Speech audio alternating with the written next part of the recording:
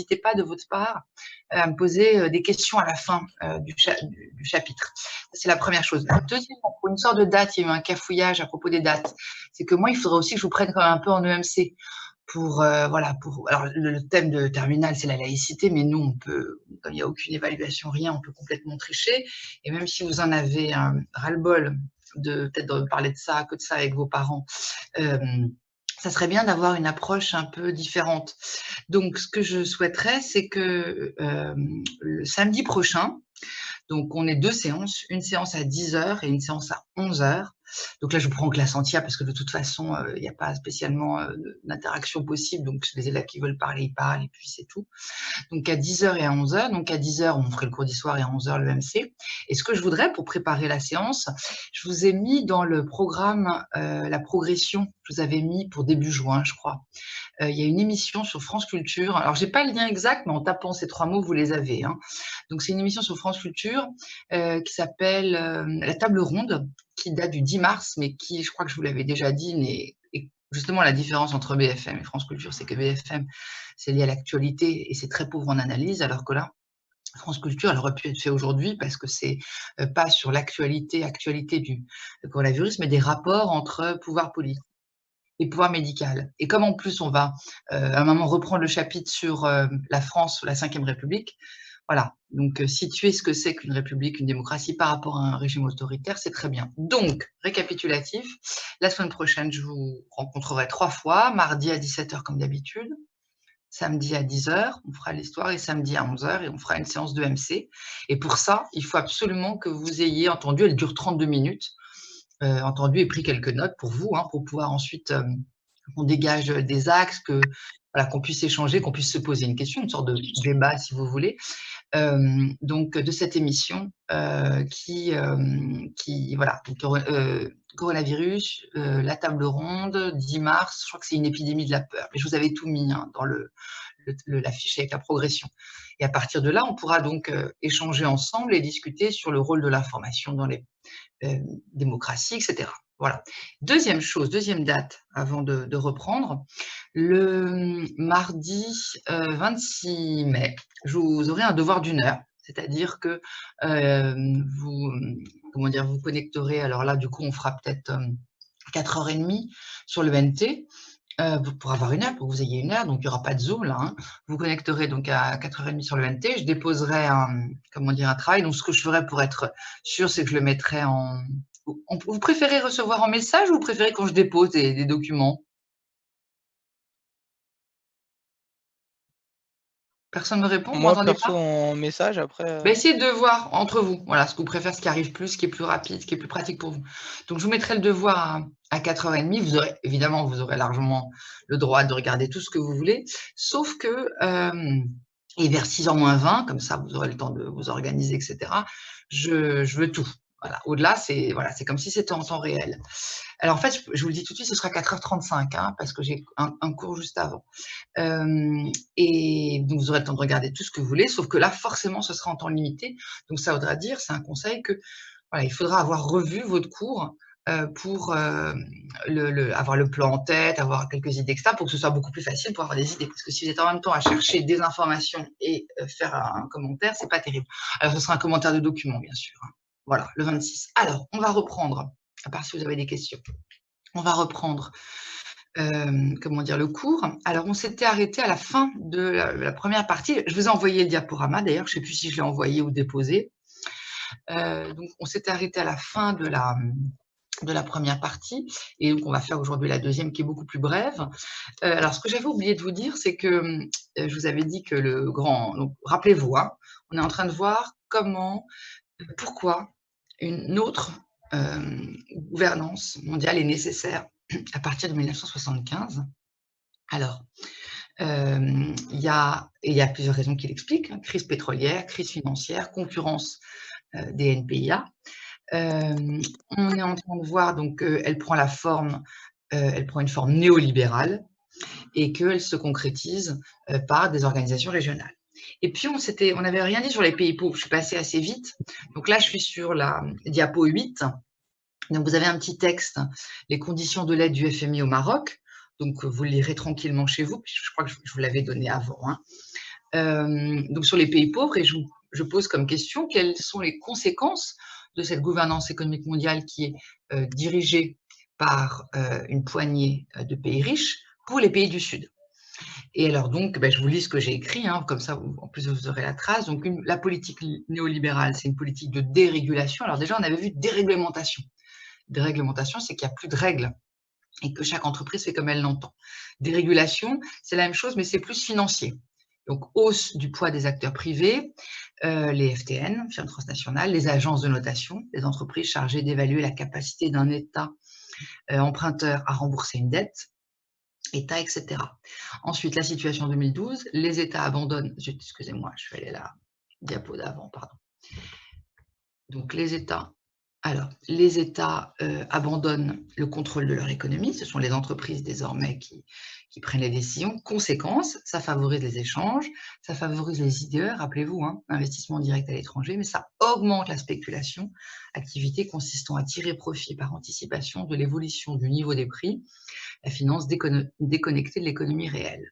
C'est-à-dire que les flux financiers sont en hausse, mais ils ne sont pas réellement en rapport avec la vraie valeur de la production, qu'elle soit nationale ou mondiale. D'accord?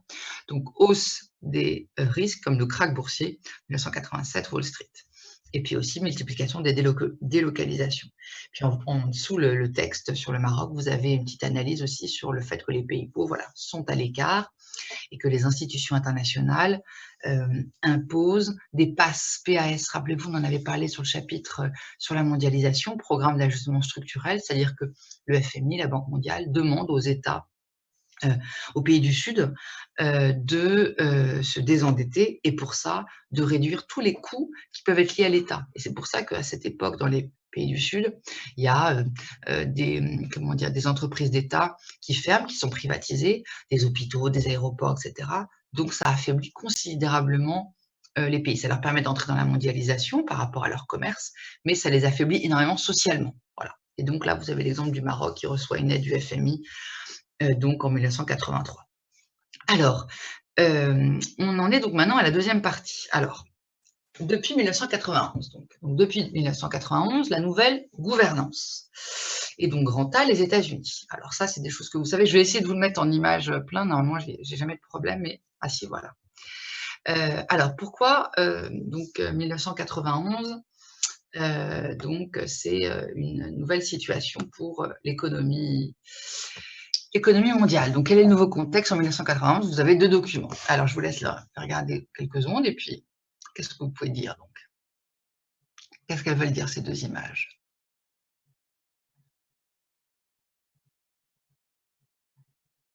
Alors, comme j'ai mis le diapo plein écran, j'imagine qu'il doit y avoir une fonction, mais moi, je suis un peu, voilà, pas extraordinaire pour ça.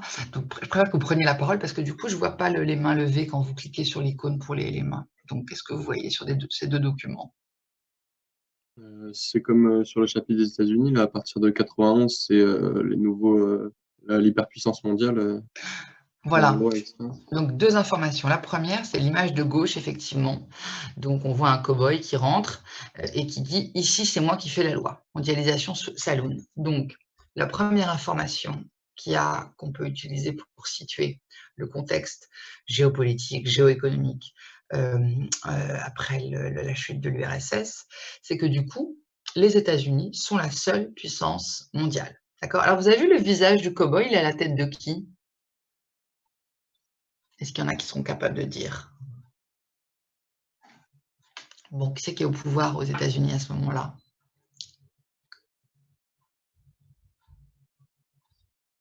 Je vous avais dit de faire une petite chronologie avec les différents présidents depuis 1945, excusez-moi. C'est Bush. C'est Bush. Père, attention, Bush père. Donc, puisqu'il est resté donc, au pouvoir. Et après, il y a eu Clinton, qui était démocrate. Donc, Bush était républicain. Et après, il y a donc son fils de 2000 à 2008. Et donc, au pouvoir Bush, donc lui, il est au pouvoir de 1988 après Reagan à 1992. Hein, c'est lui qui gère la première guerre en Irak. C'est lui qui parle déjà d'un nouvel ordre mondial en 1988. Donc, c'est moi qui fais la loi. Donc, le nouveau contexte, en 1991, c'est que les États-Unis, hein, vous pouvez juste noter ça, les États-Unis sont la seule puissance. Alors, je vous ai envoyé mon cours aussi, et vous avez vu, il est très dense, c'est ce qu'on aurait fait en comment dire, 2 à 3 heures. Comment dire, c'est pas évident quand on découvre un cours comme ça de, voilà, de se mettre dedans. Alors, j'ai essayé d'enlever toutes les abréviations possibles. Donc ça m'a demandé voilà, du travail. Si vous n'êtes pas à l'aise, parce que évidemment, j'ai pas fait pareil, le diaporama c'est le même plan, mais c'est comme ça part de documents, c'est un peu différent. Voilà, vous inquiétez pas, hein. C'est pour ça aussi que je vous laisserai un petit peu plus pour le devoir, c'est-à-dire que moi je vous demande pas d'avoir des connaissances, mais je vous demande d'avoir en tête la compréhension du cours, son mécanisme, ses grandes idées. Voilà. Et ensuite, voilà, effectivement, si vous avez besoin de vérifier pour voir la Russie, quand est-ce qu'elle rentre dans le G, alors c'est important, mais bon, que ça devient le G8, c'est 97, évidemment, ça, voilà, il n'y a pas de problème. Donc ça, c'est une première information. Les États-Unis sont la seule, comment dire, hyperpuissance, Hubert Védrine utilisait ce terme, en 1991. Pourquoi? Parce qu'il n'y a plus de modèle. Il n'y a qu'un modèle, c'est le modèle libéral, le modèle américain. D'accord? Alors, vous avez un deuxième document. Qu'est-ce qu'il veut dire? Dans ce document-là, on voit qu'il y a un changement total des camps, parce qu'avant, il y avait juste trois groupes en quelque sorte, et là, on en a beaucoup plus. Oui, tout à fait, c'est très juste ce que vous dites. Alors, vous dites 3 groupes. En réalité, 2, parce que le tiers-monde, même si alors on va rappeler la petite historique du tiers-monde, parce que tout ça, c'est pareil, ça va vous, même si vous devenez ingénieur ou je ne sais quoi, voilà, c'est très important de savoir, hein, d'avoir comment dire, une connaissance de ça. Rappelez-vous, pourquoi on utilise le terme de tiers-monde et ça désigne qui?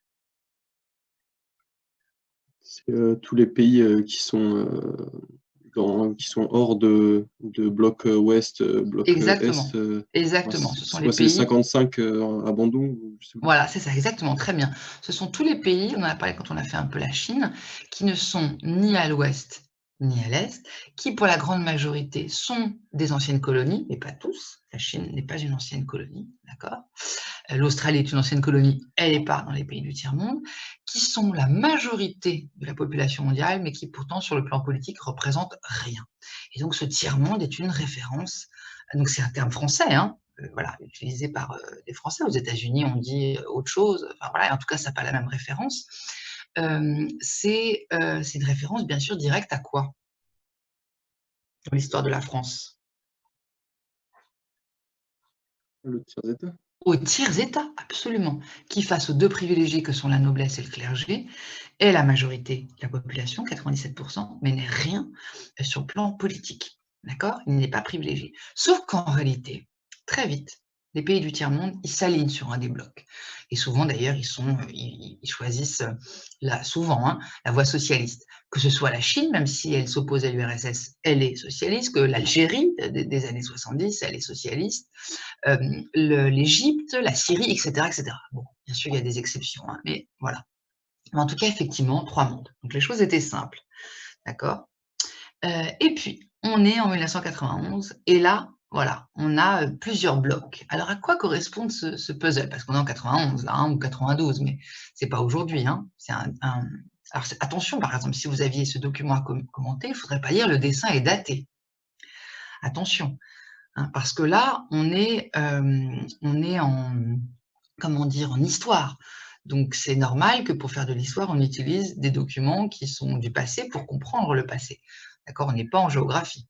Alors, à quoi ça correspond ces blocs, cette organisation-là en puzzle comme ça? C'est un monde multipolaire. Très bien, très très bien. Deuxième point. Donc, effectivement, les États-Unis sont la première puissance économique mondiale et c'est le seul modèle. Et c'est eux qui imposent leur modèle, le modèle libéral, donc en 1991. Donc ça, voilà, hein, vous le notez bien. Mais peu à peu, à tel point qu'on parle d'hyperpuissance, il y a un monde multipolaire qui émerge. Multipolaire, ça veut dire qu'il y a en réalité plusieurs pôles qui certes suivent aussi le modèle libéral, puisque leur économie est une économie de marché. Donc ça, voilà, je ne sais pas dans quelle mesure vous voulez que je le redise une ou deux fois pour quand même que vous preniez quelques notes ou pas. Parce que moi, je vois, par exemple, j'ai mon cours en face de moi, Voilà, je ne dis pas tout à fait la même chose, hein. Je dis à partir de 91, les États-Unis sont leaders. Je reparle des organisations régionales, de l'OMC, etc. Donc, je le dis à un autre moment, mais peut-être c'est peut-être plus clair forcément à l'oral que dans un cours indigeste, parce qu'on l'a pas fait tel quel en classe, quoi. Enfin, vous avez compris. Donc, un monde multipolaire, c'est-à-dire qu'il y a plusieurs pôles. Alors, quels sont ces pôles? Quels sont ces pôles? C'est toutes les grandes puissances qui arrivent. Oui, L'Inde, des la Chine, puissances, et toutes ces puissances, tout à fait. Mais alors justement, comment on les a appelées ces puissances? Alors, il y en a une qui manque, mais sur les 5. Mais comment on les a caractérisées? Quel est le point commun entre la Russie, le Brésil, l'Inde et la Chine? les BRICS. Voilà, exactement. Ainsi l'émergence des BRICS. Alors la notion, je crois qu'elle date de 2000, mais en tout cas, ils sont déjà en train de voilà d'émerger sur la scène. Donc il n'y a pas l'Afrique du Sud.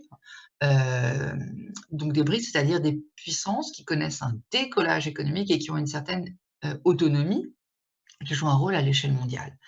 Sauf que, trois points. D'abord, la Russie, elle est complexe. Elle est en situation complexe. Et elle a à la fois un pays du Sud et à la fois un pays du Nord. Alors, pourquoi est-elle à cheval sur les deux?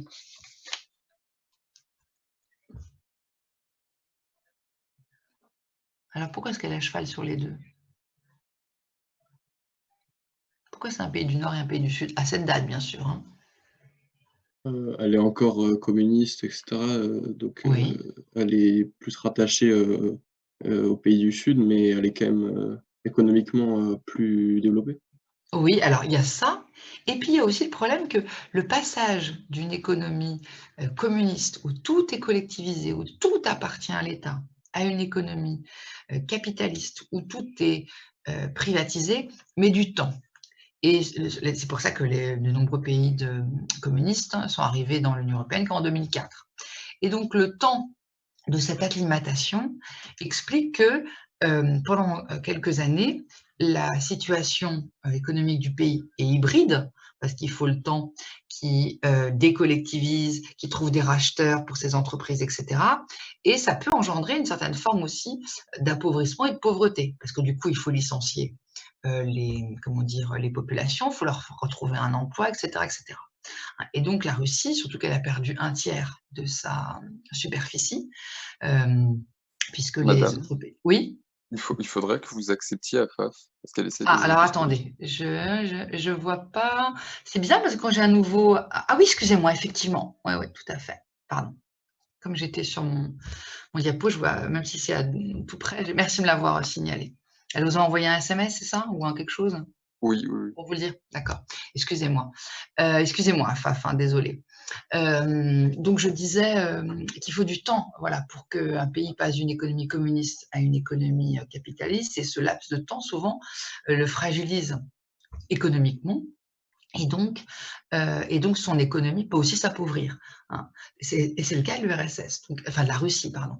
Donc elle a d'un côté encore un passé communiste par rapport à ces entreprises, un appauvrissement aussi, parce qu'il faut trouver des acheteurs, il faut vendre tout ce qui ne servait à rien, parce qu'à l'époque communiste, comme tout le monde avait un emploi, il y avait certains métiers qui aujourd'hui pourraient être remplacés par par des machines. Par exemple, je ne sais pas si vous avez, non, certainement pas, mais le métro à Moscou, alors moi j'y suis allée il y a une dizaine d'années, en bas de chaque escalator, vous avez une place pour un gardien, en fait. Et il y avait des gardiens donc, qui étaient là pour vérifier que tout se passait bien, etc. Vous imaginez bien hein, que voilà, tous ces métiers ont disparu, surtout si c'est racheté par une compagnie de transport privée qui ne va pas financer des gens qui se contentent d'être des gardiens. D'accord? Donc tout ça, ça explique qu'il y a à la fois un enrichissement, mais en même temps une paupérisation du pays en question. Donc ça, c'est la caractéristique particulière de la Russie. L'Europe, pourquoi est-ce qu'on met Europe? À quoi ça correspond en fait l'Europe? Je vous dis, hein, c'est 91, mais le dessin, il n'est pas indiqué la date d'ailleurs, c'est peut-être Passe par 91. l'Union européenne. Voilà, hein, l'Europe, c'est un tout parce que c'est l'Union européenne. Et là, avec le traité de Maastricht, elle s'affirme vraiment à cette date comme une grande puissance. Et puis, bien sûr, les États-Unis, ils ne sont pas encore dans l'ALENA, ils n'ont pas spécialement besoin non plus beaucoup du Canada et du Mexique, même s'ils enrichissent. Donc voilà, on a un monde multipolaire. D'accord? Et là, on a un document qui est géoéconomique, enfin plutôt une approche, une grille de lecture plutôt géoéconomique, un peu géopolitique avec le découpage, mais quand même géoéconomique. Si on aurait pu complexifier le puzzle, on imagine, on est en 2000, au début des années 2000. Qu'est-ce qu'on aurait pu mettre de géopolitique qui fait que comment dire, la dame qui s'exprime dirait effectivement oui, comme quoi le communisme avait du bon. Alors, des informations géopolitiques 10 ans plus tard sur le monde. Rappelez-vous de la carte que vous avez eu à commenter sur les conflits dans le monde. Quelle est leur évolution depuis la fin de la guerre froide? Ils ont augmenté? Oui, ils se sont multipliés. C'est-à-dire que la fin de la guerre froide n'a pas mis fin au conflit, qui avant était extrêmement simple. Hein, on était dans un camp ou dans un autre. D'accord, c'était clair. Hein. Quand il y avait la guerre en Afghanistan, c'est parce que l'URSS était intervenu dans les années 80. Quand il y a la guerre entre... alors, c'est un peu différent pour Israël, mais quand même, Israël, c'est le bloc occidental et les Palestiniens, c'est plus le bloc, on va dire, tiers-mondiste. Enfin bon, là, il y a une explosion des conflits qui ne sont pas des conflits donc, de guerre froide, qui ont d'autres raisons, qui peuvent être des conflits liés aux frontières, qui peuvent être des conflits liés à des religions, etc. et qui sont démultipliés. C'est-à-dire qu'à l'époque communiste, ils étaient étouffés, ces conflits, et après, ils explosent. Et effectivement, pour cette raison-là, il y a plein de, comment dire, même si c'est ironique quand elle le dit, comme quoi le communisme avait du bon, ben oui, c'était facile de trouver son camp.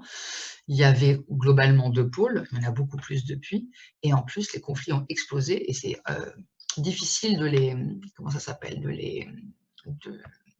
d'y trouver une solution. Alors, zut, on va passer donc au enfin, 10e diapositive. Alors, donc, 2 nouveaux enjeux.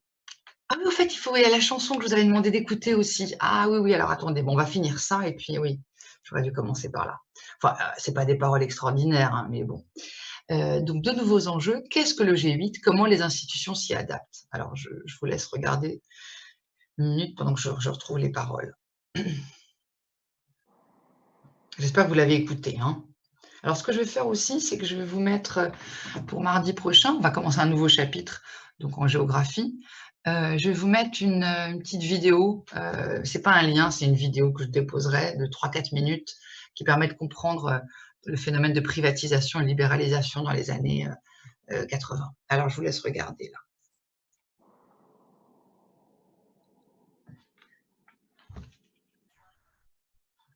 Alors, donc, voilà, donc vous avez une photo hein, qui représente les dirigeants du G8. Donc là, c'est, alors je ne sais pas la date, hein, ça effectivement c'est une erreur de ma part. Donc vous avez Jacques Chirac, donc c'est à l'époque de Jacques Chirac. Donc G8, qui est le 8e pays qui entre au G8, c'est la Russie, en 1997. Mais la photo de Chirac, c'est 1995, 2000, 12 ans il est resté, 2007. Donc ça doit être début des années 2000. Vous avez Clinton aussi. Ah, vous avez Clinton, donc aux États-Unis. Et lui, il est resté au pouvoir de 1992 à 2000. Donc ça doit être 99 ou quelque chose comme ça, 98-99, puisqu'elle est venue en 97. Donc ça regroupe toujours les 8 premières puissances économiques. Alors, ensuite, vous avez une autre transformation. Quelle est-elle? On en a déjà parlé en plus hein, dans le cours sur la mondialisation. Alors, quelle est-elle cette transformation? Alors, vous aviez le GATT, une institution qui datait de la Seconde Guerre mondiale, d'accord, qui était plutôt un accord, un accord de coopération sur les commerces et les tarifs, d'accord, accord général. Voilà. Là, vous avez l'OMC. Alors, qu'est-ce qui distingue l'OMC du GATT? Très important. Madame, c'est quoi la différence entre économie internationale et Ah, mais globalisée? justement, c'est ça la question. Qui c'est qui a pris la parole là? C'est cela? Ah, pardon. Oui. Alors, qu'est-ce que c'est justement? Et c'est la différence entre les 2 organisations. Alors? C'est pas qu'il y aura un fonds monétaire commun? Quelle est la différence? Qu'est-ce qu'il y a dans international et dans global? Et c'est justement la preuve qu'après la chute du mur, on entre dans une économie auparavant internationale, maintenant elle est globale. Regardez un moment, accord, libre-échange des biens non agricoles, respect des règles dépend de la volonté des États signataires. ORD, c'est organisation, je ne sais plus ce que c'est, organisation, je ne sais plus, organisation quelque chose par rapport au commerce. Ça ne me vient pas l'idée là. Alors, mais quelle est la différence entre international et global? Qu'est-ce qu'il y a dans inter? Entre les c'est nations, entre. du coup. Entre les États. Exactement. Le GATT, c'est la libre circulation des marchandises entre les États, sauf les produits agricoles qui sont protégés. Je vous en avais parlé aussi à propos de l'Union européenne, les pays agricoles, les produits, excusez-moi, agricoles des pays de l'Union européenne sont protégés, ils sont sûrs de trouver toujours les agriculteurs des acheteurs au sein de l'Union européenne. Sinon, ils auraient peur d'être envahis par d'autres produits agricoles à moindre coût, etc., etc. Ça veut dire qu'à l'époque du GATT, et donc de la guerre froide, puisque l'OMC, ça date de 1995, ce sont les États qui échangent des marchandises et qui ont leur mot à dire. D'accord? On est dans une économie où ce sont les États qui s'expriment, qui échangent, etc. Économie globalisée, ça veut dire, quelque part, que ce ne sont plus les États qui sont à l'origine des décisions économiques, mais que ce sont les entreprises. L'échelle de référence d'une entreprise, elle est désormais mondiale. Elle se réfère au global. Global, en fait, c'est un mot anglais, global, hein, c'est l'équivalent de la mondialisation. Alors, en réalité, global et mondial, si vous voulez. Sauf qu'en France, on utilise aussi le terme global plus pour parler de la finance qui se fait à l'échelle mondiale. Mais en tout cas, dans l'économie internationale, il y a l'idée que ce sont les États qui régulent voilà, le marché, alors que dans le global, c'est vraiment les États se retirent, si vous voulez, de la vie économique, et c'est les entreprises qui prennent les décisions, d'accord? Et qu'une entreprise, si elle veut délocaliser en Chine, ben on le voit bien avec toutes les histoires de masques actuellement, de médicaments et compagnie, elle le fait. Elle n'a pas à passer, elle n'a pas à demander à l'État l'autorisation, etc. Donc c'est une économie, si vous voulez, une économie globale qui fait fi qui passe à travers les États. Voilà, alors que ça peut être n'importe quelle entreprise, hein, quand on parle de Nike, on avait fait l'iPhone, etc., etc. Voilà, et c'est ça, donc c'est un changement d'échelle véritablement, l'OMC en 1995. D'accord? C'est-à-dire que l'économie devient globalisée, l'échelle de référence des entreprises est désormais, enfin, elle l'était avant, mais mondiale. Et l'État a beaucoup moins de rôle à jouer. Sauf qu'en même temps, tout ça, il faut le nuancer. Rappelez-vous du chapitre sur la mondialisation, on avait bien dit que les États avaient toujours un rôle en matière de protection, par exemple, culturelle, etc., etc. Mais une économie globalisée, c'est une économie dont l'échelle de référence n'est pas l'État, mais le monde. Voilà. Et mondialisation, ça s'applique plus aux échanges économiques. Globalisation, aussi par extension, ça s'applique plus aux échanges financiers. Alors, est-ce que vous voulez que je répète quelque chose ou vous avez réussi à prendre un peu en note? Il faudrait que vous me disiez ça dans un... Parce que, voilà, le délégué m'envoie un petit mail en me disant « Madame, on préférait plus que prendre des notes et donc dans ce cas-là, que vous répétiez plus, voilà, 3-4 fois la même chose plutôt que nous expliquer... » Voilà, là, je suis plus en fait à vous expliquer comme si vous étiez des étudiants, pas en termes de contenu, hein, bien sûr. Les étudiants de première année, vous vous débrouillez un peu avec ce que je dis, parce que je ne me rends pas trop compte, je ne vois pas quand vous êtes en face de moi, je vois la vitesse à peu près à laquelle vous écrivez, etc. Mais là, c'est évidemment plus difficile. Donc retenez, voilà, le GATT, l'échelle, ce sont les États qui échangent entre eux des marchandises librement, etc. Alors que l'OMC, c'est le monde, la référence, d'accord? Alors, on va arriver maintenant donc au avant-dernier. Alors, zut. Voilà. Alors, donc, les institutions s'adaptent au double. Zut, pardon. Les institutions N'oubliez pas la chanson, madame. Hein. Oh, pardon? N'oubliez pas. Oui, juste après. Ouais. Non, on va le faire là. On a le temps, c'est bon. Les institutions s'adaptent au double. Alors, excusez-moi, comme j'ai décidément. Quelqu'un peut me lire ce que j'ai écrit tout en haut parce que c'est. Moi, j'ai autre chose qui est écrit comme. Les institutions s'adaptent au double. Contexte. Contexte, pardon, merci. Pour renforcer de nouveaux acteurs. Donc, comment les institutions s'adaptent donc à ce nouveau contexte?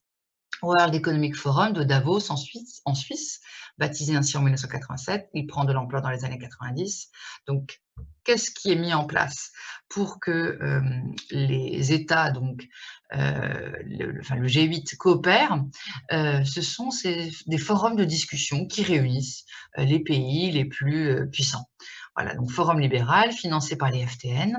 Ce sont des rencontres annuelles des principaux décideurs politiques et économiques. Donc politiques, des chefs d'entreprise de grandes FTN, des journalistes, etc. etc. D'accord? Et donc, exemple, celui de Davos en Suisse.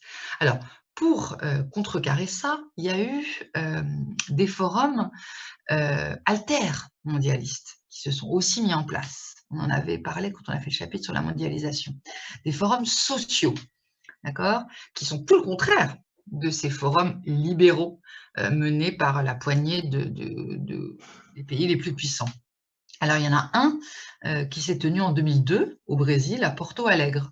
Et ce sont des forums qui sont tout le contraire de ces forums libéraux, des forums donc qui critiquent la mondialisation, qui proposent d'autres formes de la mondialisation et qui veulent modifier les règles du commerce mondial.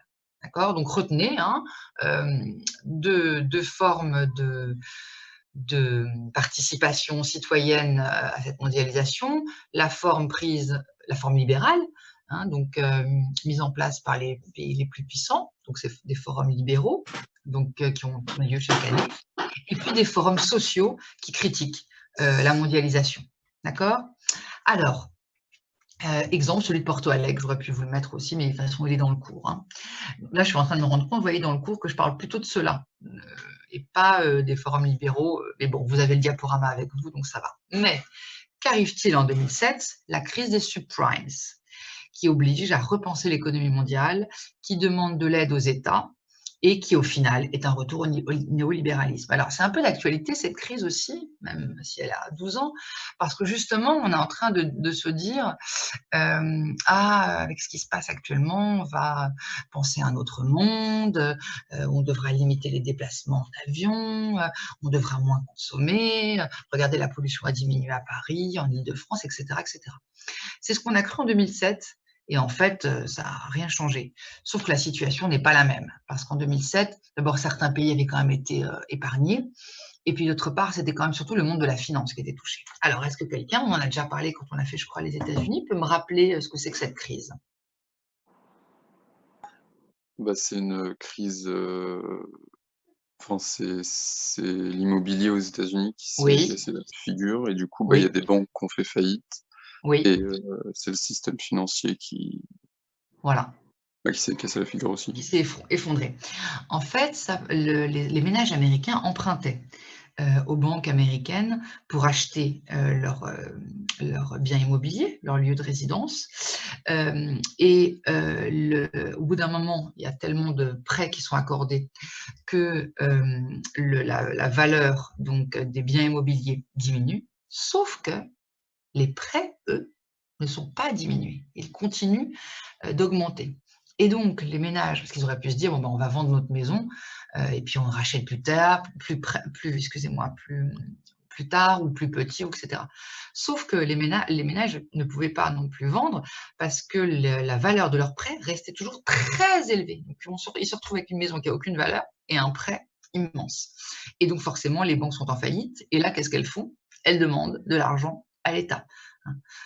Comme actuellement d'ailleurs. Beaucoup de pays se tournent vers l'État. Et donc, ça touche de nombreux pays via les échanges. La Grèce, par exemple, a été extrêmement appauvrie, etc.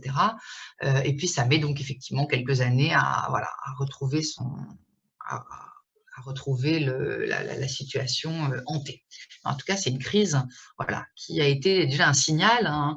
On a parlé à un moment de la fin du capitalisme libéral qui était mis en place, néolibéral qui était mis en place depuis les années 70. En fait, il a continué de plus belle. Alors, avant donc de conclure, si on devait conclure sur ce chapitre, pourquoi est-ce que, et alors avec la crise actuelle, c'est encore plus flagrant, Pourquoi est-ce que comment ça s'appelle, une gouvernance économique mondiale est-elle d'autant plus nécessaire aujourd'hui? Alors bien sûr, je vous ai dit économique, hein, mais l'économie en réalité, ça touche les aspects aussi sanitaires, écologiques, etc. Alors pourquoi? Une gouvernance, c'est l'idée de coopération. Malheureusement, on a vu la coopération qui s'est mise en place après les années, comment dire, 70, elle est surtout, voilà, elle favorise les États les plus puissants, d'accord? Et elle a remis à l'ordre du jour le néolibéralisme, d'accord? Et donc le chacun pour soi, et donc le peu d'État social, etc., etc. Pourquoi? Plus que désormais, encore plus aujourd'hui, une gouvernance mondiale est-elle nécessaire? Alors, je ne dis pas économique, je dis mondiale.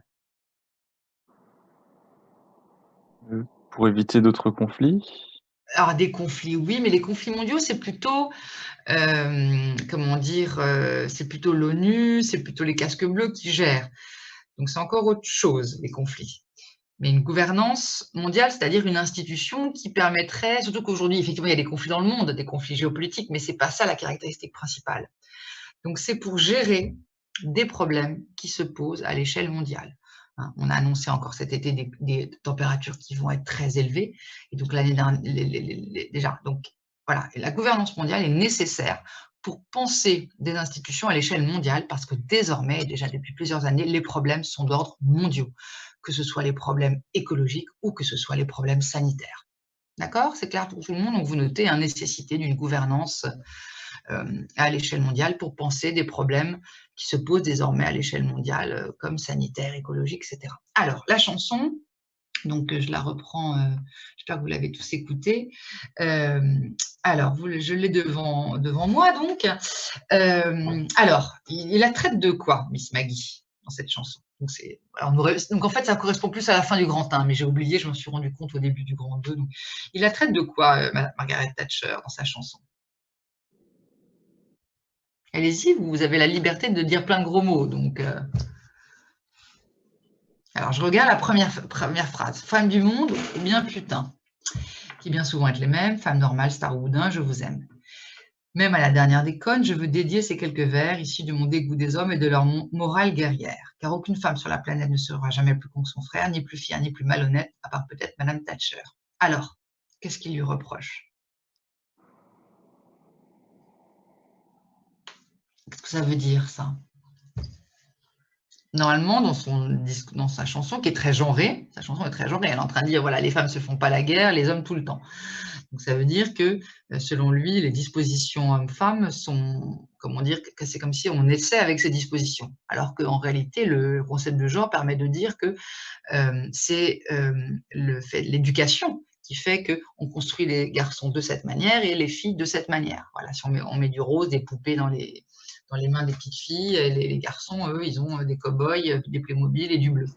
Mais si on ne sait pas ça… Pardon? Il reproche peut-être, Madame Thatcher, d'avoir du coup reçu une éducation qui se rapproche plus de celle que les garçons reçoivent et du coup qu'elle se comporte maintenant comme un homme. Exactement, exactement. Il l'identifie à un homme. Or, les hommes, dans sa chanson, sont vraiment la lie, hein, L-I-E, de la Terre parce qu'ils pensent qu'à se faire la guerre. Donc, elle est identifiée à un homme. Or, dans sa chanson, les hommes ne pensent qu'à la guerre. Ensuite, à un moment, il dit, il n'y a pas de gonzesse hooligan, imbécile et meurtrière. Il n'y en a pas, même en Grande-Bretagne, à part peut-être Madame Thatcher. Il fait référence à quoi, là? Les hooligans, c'est quoi? Au foot. Voilà, au foot. Hein, donc, qui se tapent dessus, qui sont violents, etc. Et elle, voilà, elle est violente, etc. Ensuite, il dit, tu ne vas pas mourir à la guerre, ça ne fait pas frissonner tes ovaires, etc. Et puis aussi, à un moment, il dit, dans